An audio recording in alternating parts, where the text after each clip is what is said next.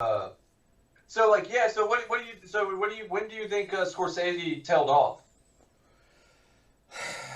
What was his Um, last great film in your opinion? Unequivocally great film. I'd say probably Goodfellas. That's fair. Then a lot of people nowadays are talking about the film he did from the 1890s with Daniel Day Lewis. Oh, Gang of New York. No, that's not a great film. Yeah, Yeah, that's not a great it's film. okay. Casino has a few moments. Then he gets into when he went with Leonardo DiCaprio. DiCaprio is a better actor than Tom Cruise, but that's about it. I mean, to me, he's just a joke. I mean, he looked in most of those films. He still looks like a little boy. Who in their right mind is going to be scared if Leonardo DiCaprio says, I'm gonna kick your ass"? I You mean, didn't like him as Howard Hawks, or not Howard Hawks, Howard Howard Hughes. Hughes. No, Howard I mean Hughes. it's a very self-indulgent movie. The Scorsese, editing of that film is so good, though. I feel like some of the editing in that film is like some of the best editing. well, you can talk about the No, and technical I'm not this saying or it's a that. great film. I'm just saying there's aspects of that movie that the are the problem with still better than most of the movies that the come out. problem with Scorsese is that he's gotten to that he can do anything. If you look at his early stuff, uh, what's the first one from '73, the gangster. Uh, Mean Streets. Mean Streets, I'm sorry. Yeah, if you look at Mean Streets, low budget. If you look at Taxi Driver, didn't have a big budget. They forced him to make interesting choices. You look at something like, Raging Bull was his first, I think, big budget film. Then he That's went back. probably that's yeah. The I think King that's of his the best King film. of Comedy, low budget. The one with Great the film. guy who's out all night, the comedy. After Hours, After Hours. fantastic. Yeah, that's a terrific film. Then he did the Last Temptation of Christ, and he did the Tom Cruise movie with. Yeah, Uh, uh, Color of Money. they were bloated That's and a weren't that good. He went yeah. back. He did Goodfellas, and to me, that's the last unequivocally great film. And But he still, I think that's 20 years of like great films. So I think he has an argument to be the greatest American filmmaker based off that catalog from. well that's When like I mean, that's you go like Mean Streets, Alice doesn't live here anymore, Taxi Driver, well, Woody Raging Allen has Bull. more great films, and from You think? '77 to Oh, Annie you Hall think to so? '92, just numerically. But Yeah. again, I feel like uh, he was kind of. you, I you don't you know. have to look Go you ahead. have to look at certain things. Um, Getting more from less. If you're able to, like Wells, on a 50,000 budget strung out over 7 or 8 Right. years, Yeah, make a great film. That's more impressive. I'm sorry, that's more that's fair. impressive than Scorsese getting a $150 million budget to make some bullshit pseudo epic that he wants to make. Um, and you look at Cassavetes. If Wells is the grandfather of independent American cinema, the father is Cassavetes, and What about Bogdanovich? I mean he had a few good, I mean, here and there, but the last what is it called, the black and white film in Texas, the last I forget the That name of it. black and white and is that the last picture Yeah, show? yeah, yeah. No. That's Oh, Bog, okay. that's Bogdanovich, right? Yeah, it is. Yeah, I mean that's got some potential here or there, but I mean he's not in a league with that. I I mean like Paper Moon. I'm not saying he's in a league, but I do think he had a lot of influence Paper Moon on was, I those. remember that as a kid, but I haven't watched it for Yeah, 45, I think 50 that's a years. great film. I think he had a lot of influence on those guys, that came out of the set that American, what do they call it, the New New Hollywood. Hollywood, what do they call that era? New I Hollywood. think he had a lot of influence on that in the same way Cassavetes did with films like Faces and Shadows and Bogdanovich. Uh, he was like he was close with Wells, and he was kind of really helpful to guys like Scorsese and Coppola in the 70s. Yeah, and I put him in the same league as Schrader as a director. Okay, Some, yeah, that's fair. That's someone who fair. has some idea, but they're not really directors in my mind. They're, Yeah. they're more Bogdanovich's importance. in American film is going to basically be as a film historian and preservationist. Right. Scorsese does that too, but Scorsese has more great Yeah. films. He's someone who innovated, you know. And then there are people that you know. Have you ever seen like the short experimental films of Maya Deren? It's a Uh-uh. yeah. I did an interview with a couple of gals 2 or 3 years ago. She's one of these few. She's one of the few what you'd call experimental filmmakers that actually had some talent. She only did about Okay. 7 or 8 films. I mean, her total output is probably less than 3 hours on screen because she did 15, Wow. 20-minute films. But um, you know, Is there a where can you watch it? yeah, YouTube, Maya Deren, Oh, okay. Maya Deren, Deren. And if not Yeah. there, if you have the Criterion channel, they Yeah. probably have that. Um, uh, and if you got Google my name, you can probably find the The article or interview. the show I did with these two women talking about it. But that's one of the problems with art too. Is I'm going to be experimental. Let me give you an example. Um, these two guys I know, Alex Sheremit and Joel Parrish, are doing this documentary film on a friend of mine who died in 22, Bruce Ario. He was a poet who had mental illness, addictions, a lot of I've heard you talk about him in a video before. yeah. So we're trying to get this film made and send around. So I've been sending around like I sent around to over 50 just poetry professors an hour or so ago. I've been sending around to YouTube channels interested in poetry, to podcasts and whatnot, and very few Yeah. people respond. And I knew it would be this way because people don't really care about the arts. People will talk about it, but they Yeah. won't take the actual action. And God forbid you actually want to make good art or great art. People don't want to care about it. They just want, will it make money? This is again the sickness that Now what infests this country's whole ethos, and it's really at its worst when you're talking about the arts. Sure, it would be nice, for example, like, if you work on your screenplay and someone wants to produce it or whatnot, that's good. But is it just to make money, or do you want to do something No, that I want it Cassavetes to might be have done? good. That's why I sent it to you. Yeah. You know, I think I've talked to people. This Boys on the Track story is pretty infamous here in Arkansas. Uh-huh. There's a lot of interest in it. There's a bit of book written about it. I actually like interviewed the lady who wrote the book for about an hour, and so I fictionalized it in Uh-huh. my screenplay. So I think there's plenty of interest in. She said there's been people who wanted to adapt her book, but their scripts were terrible, and I wouldn't want to adapt the book just because the book has no ending. Uh-huh. So I think I could shop it around, but I want it to be good before I shop it around. I don't want it to just be And 140 pages of. I And there's it's the a first fine. That's the first full thing I've ever written. uh-huh. Besides like short stories Uh-huh. and articles for the newspaper. First full creative project I've ever written. There's a Finnish filmmaker named Dome Karakaski, and he's the son of a guy I knew named George Dickerson, an actor and a writer. George died almost a decade ago in 15 or 16, and his son George actually wrote a terrific screenplay about his time in Lebanon in the 1970s as a reporter. Mm-hmm. And yet his son has no interest in producing it. So it's like, I don't understand if you have something of quality and you have a connection to it or whatnot, why wouldn't you do this? These people I email about this poet Bruce Ario, in the book, his selected poems, I mean, I go and compare him and rank him among the top 10, 15 English language poets of all time.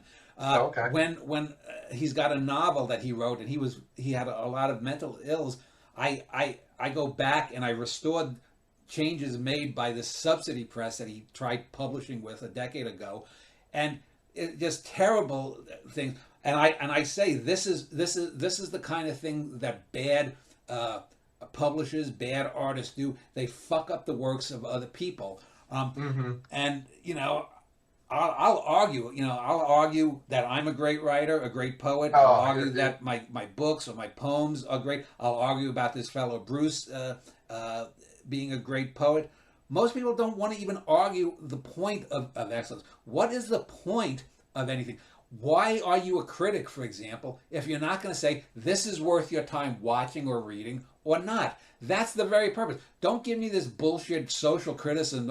Well, it's a terribly made film, but it deals with this issue. This is what another thing too. If you've ever noticed, you've gone on works or websites of writers, they'll say this writer deals with so and so. Who cares what they deal with? How do they deal with it? Do they deal with it well, or is it just if all I'm saying is racism is bad? That's not a. Did you see Get Out? Did you see Get Out?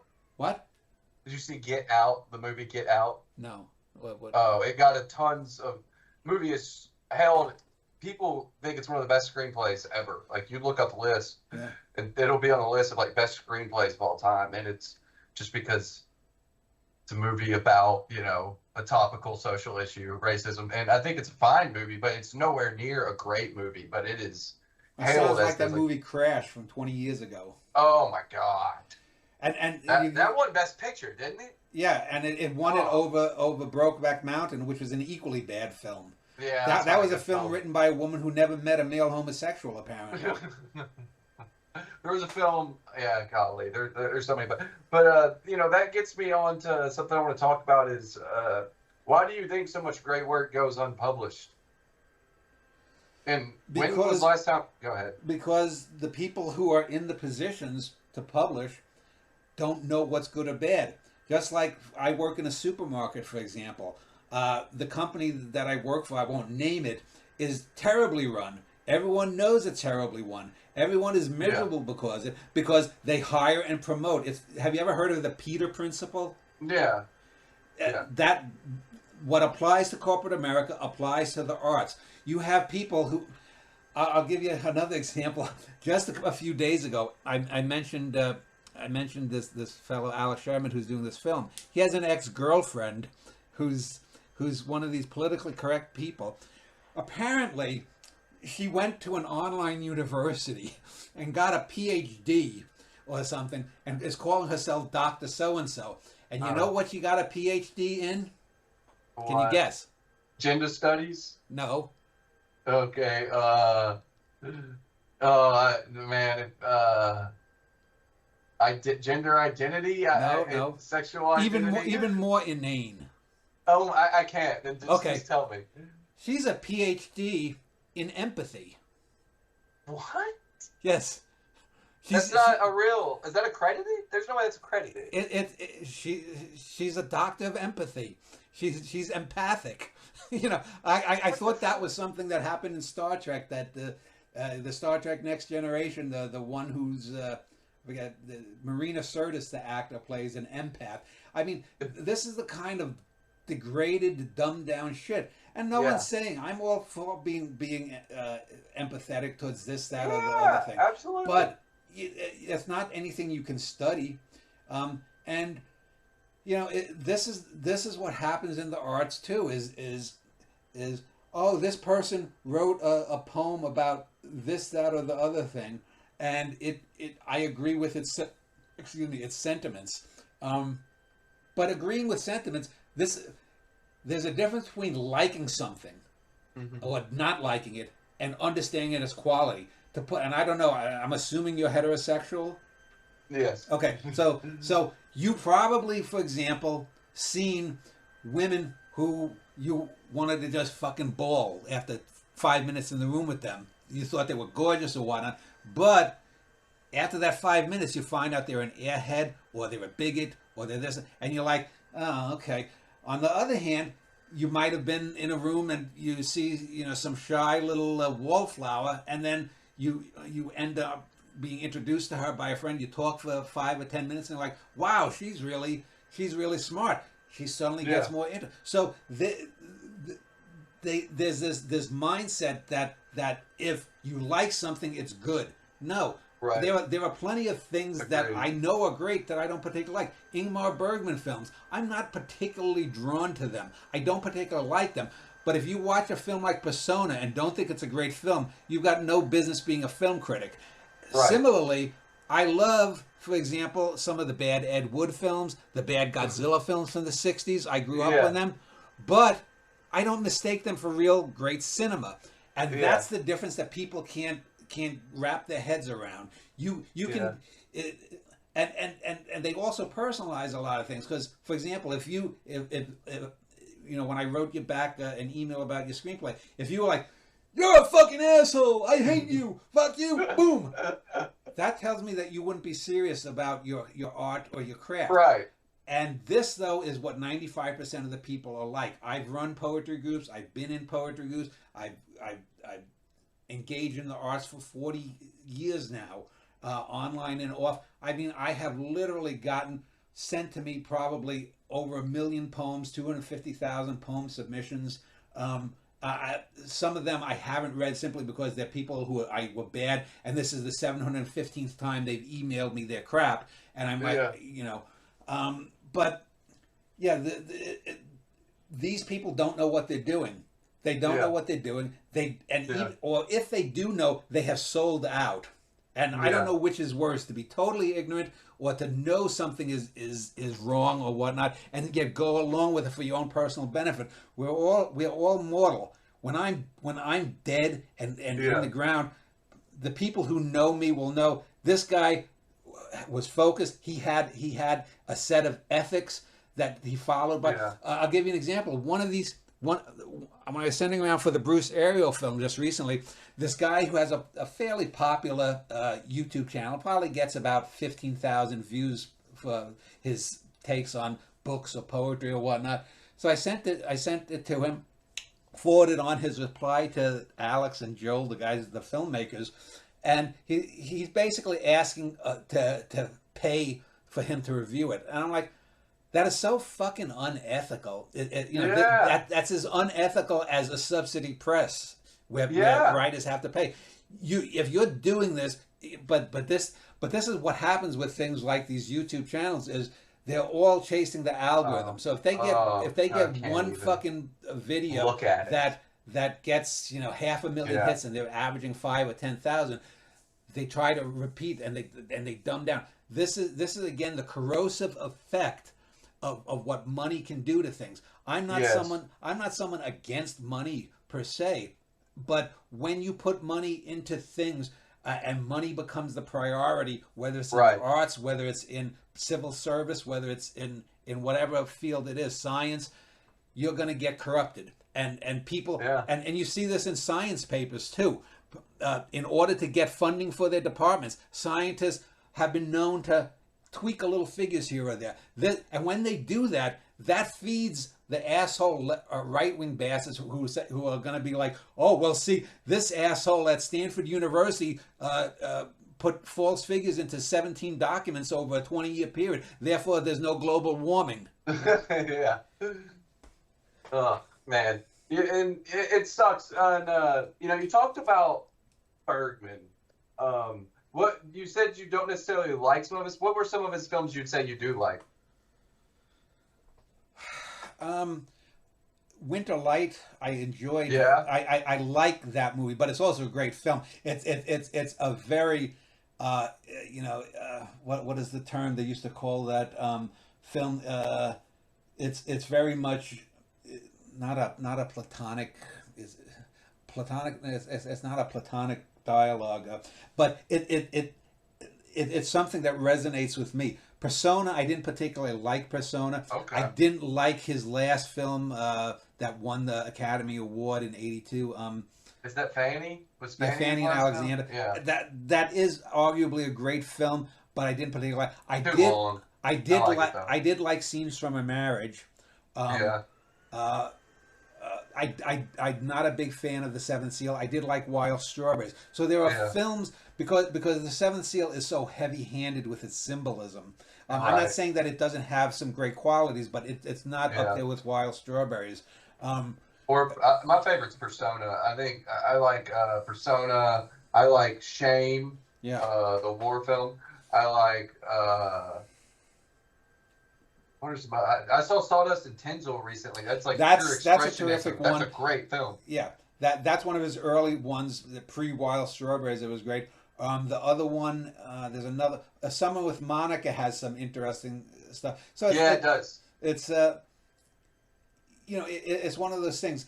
Now with for example, I love Yasujiro Ozu. Ozu's also a Yeah, great filmmaker, but for sure. uh, there's something that resonates within me. And if you've seen on like some of my Cosmoetica stuff, you'll see I have an Oriental symbol in black and blue. That's the letter mu, which means nothingness. And there's a famous saying. Well, I think it's on Ozu's tombstone. It says he's got just that symbol, which basically means he came from nothing, he returned to nothingness. And for example, Yeah, like I don't beautiful. believe, I'm not religious. I don't believe in an afterlife. I think we are patterns more than we are beings. We're constantly changing here and there as we age. Yeah, Now I'm declining as I'm 59. You're in your mid 20s, I guess. You're yeah, still in the ascent of your life. So yeah.